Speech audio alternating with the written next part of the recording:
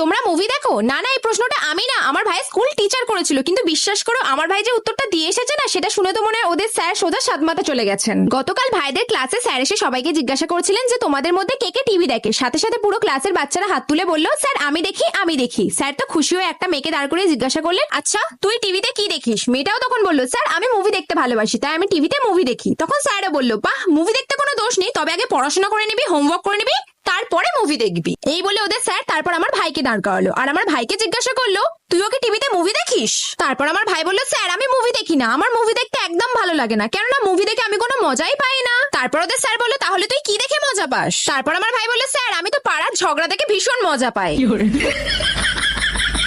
যেমন কালই তো আমাদের পাড়ার দুটো কাকু ঝগড়া করছিল, একে অপরকে গালাগালি করছিল, আমি একটু উস্কে দিতেই বুম শুরু হয়ে গেল মারামারি।